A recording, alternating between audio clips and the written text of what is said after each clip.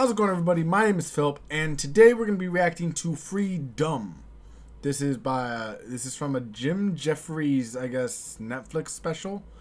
I don't typically watch a lot of like stand-up comedy. I did a reaction to a stand-up bit by Bob Saget. Wasn't bad. But normally I don't typically watch a whole hell of a lot of stand-up comedy. I don't know why. It's not that I don't like it, because I'm sure that if I watch it, I would enjoy it. So it's just I guess I just have a lot of other things that I'm watching. So I just never think about specifically looking at a comedy special. I don't know. So maybe watching some more of these might get me more interested in watching the full thing. But let's get into it. And then they always say this, and this fucking spins me out. Well, I don't expect an Australian to understand freedom. I've never heard anyone say that before, but I don't talk to people about? much. You constantly say freedom all the time, like oh, we're so free, we fight for freedom, freedom, freedom. Come to the Freedom Lounge at the airport. Like, fucking what? Okay, I will say I do feel like I do actually hear Americans say freedom a lot.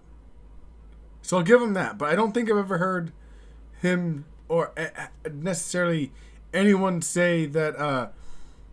What does this country know about freedom? I don't think I've ever heard someone say that. Maybe I'm just not paying attention enough. I don't know, but You know when you're singing the national anthem at the baseball and the person holds the note free for a little bit longer than they should until all you Americans fucking come in your pants?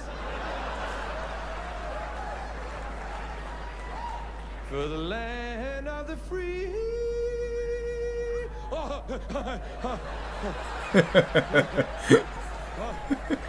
we're so free.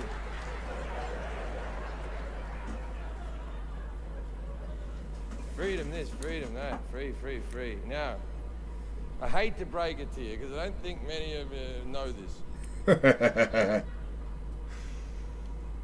There are 92 free countries on the planet. Democratic free countries. You are one of them. Every single English-speaking country on earth is free, and most of the countries are also free. okay. Now, you're very free. Except Don't get upset. And I love America, I truly do. I live here and I love it. I have nothing against it. And none of the things I'm about to mention affect me in any way, right? You may not be the freest place on earth.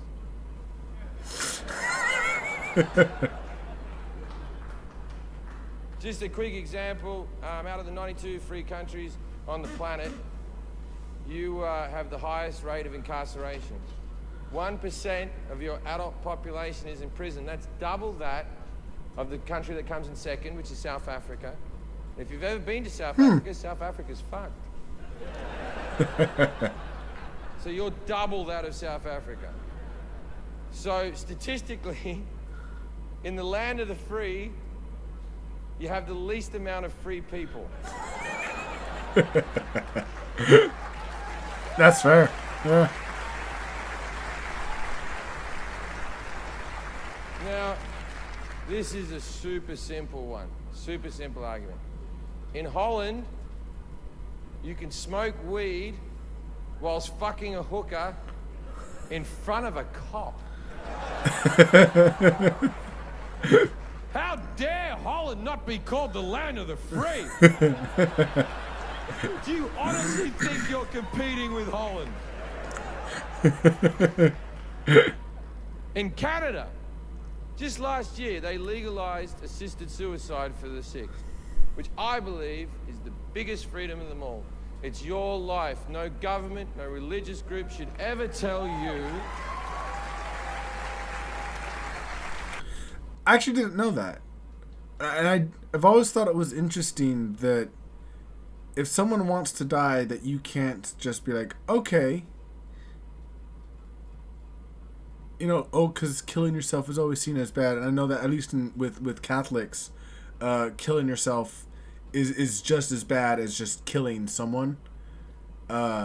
It's like a major sin, I guess, or like a major, basically a major no. Just to oversimplify it. So at least with, I mean, Catholics, I know, because my my dad's side is Catholic.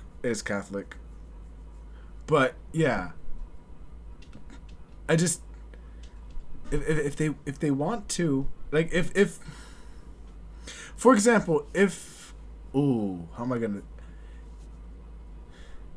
if their quality of life is severely gonna diminish, then it's gonna be like, and if they're looking at you like, if they can't speak, but they're looking at you like, please end it, like, and they're looking at like the life support plug, and they're like kind of like eyeballing it, like, yo, you want to yank that from me, please? Like, there needs to be like some sort of something.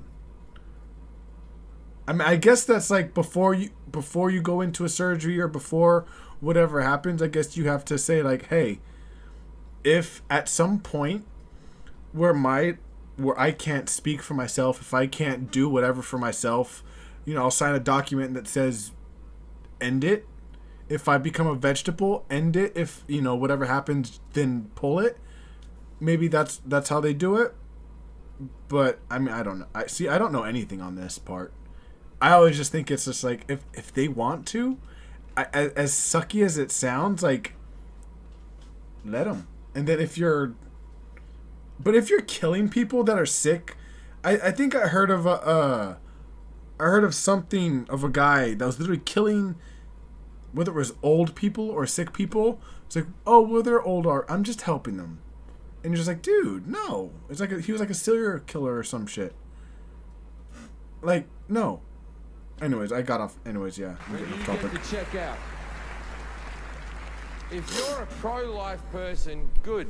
Do it with your life, not mine. Right? Now, and also, I don't think they've thought about it. I don't think there's even the most evangelical Christian who's a burn victim, just like hanging on to life support in a hospital, just, I feel so free. Damn. And I'm so glad they're doing it in Canada, because if I ever had an assisted suicide, I wanted to be a Canadian doctor. I want some guy rocking up to my house like, okay, already then. So I hear that someone's given up on life, eh? All right, let me just set up my little death machine here, and I'm gonna put this in your vein, and you're gonna be so sleepy so soon. I tell you what, there.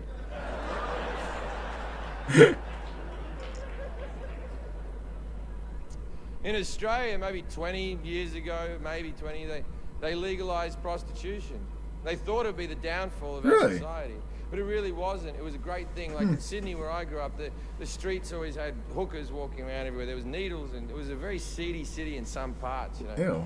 And then what they did was they legalized prostitution. They moved all the hookers into brothels, and because they moved into brothels, all the girls had to be tested for STDs, and then the guys, they could see the tests as they go in, so it was safer for the men, but it was also safer for the women, because what they did was they put security in these brothels. So if you showed up like a drunk idiot, they wouldn't let you in, or if you got a bit aggro, they'd kick you the fuck out. So the girls were safer, the men were safer. Human trafficking was all but eliminated, and tax revenue went up, and the divorce rate dropped by 8%.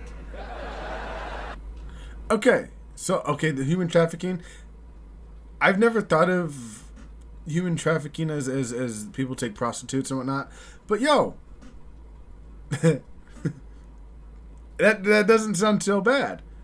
I still probably wouldn't want to use a prostitute, but I mean, if you could tax that, then go ahead. It's a job. People need release, whichever one. Do it. Go ahead. U.S., why aren't we doing this? Like, there is no downside to legalize prostitution. Now, in America, prostitution is illegal unless you film it. What? How is that possible? How the fuck is that possible? Is that true? How do you have the biggest porn industry in the world and you still have illegal prostitution? Because it is legal to pay a woman for sex, but your friend Dave has to be in the corner with a camera. And Dave has to film it. And Dave has to promise to put it on the internet, because if Dave doesn't put it on the internet, then a crime has been committed. I was trying to figure out where I was going with that. I was like, oh. 18 years old. And then she can be surrounded by 10 men that she barely knows. And they can all jack off onto her face until she's glazed with cum.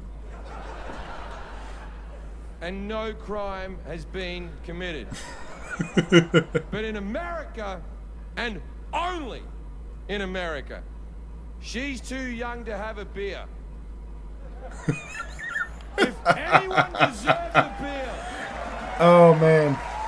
in the land of the free, the home of the brave, it's the girl with 10 loads of cum in her face. In fact, if you have 10 loads of cum in your face, you should get free drinks wherever you go. You seem like a fun girl. Or a heavy sleeper. Ew. Okay, that one right there is a bit gross, a bit nasty. Okay, that was pretty funny. I feel like there was another one that I was gonna plan on doing. I think I've gotten requests for a couple more stand-up comedians or stand-up comedy videos, and so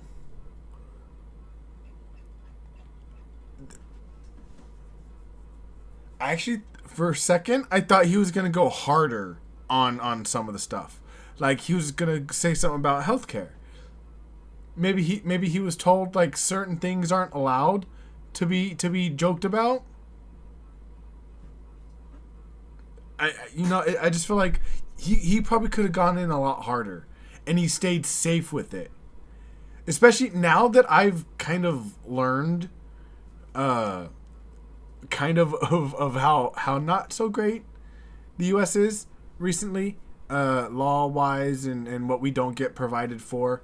I feel like he definitely could have gone in a lot harder, and I think I might have laughed a little bit more or harder if he did.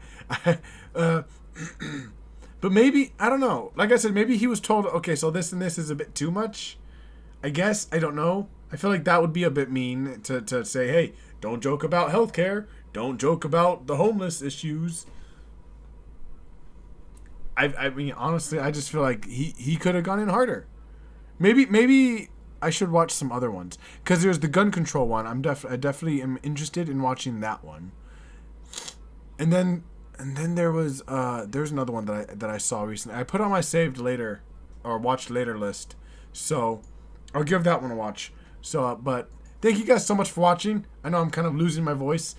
I've been trying to rest it, but I wanted to put out a video, another video for tomorrow or today as it comes out.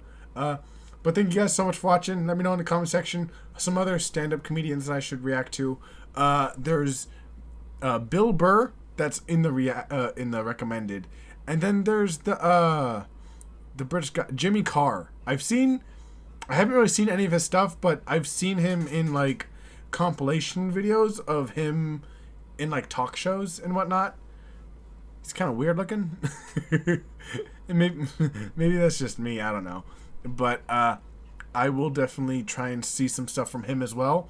But thank you guys so much for watching. Subscribe for more content just like this, and I will see you guys later.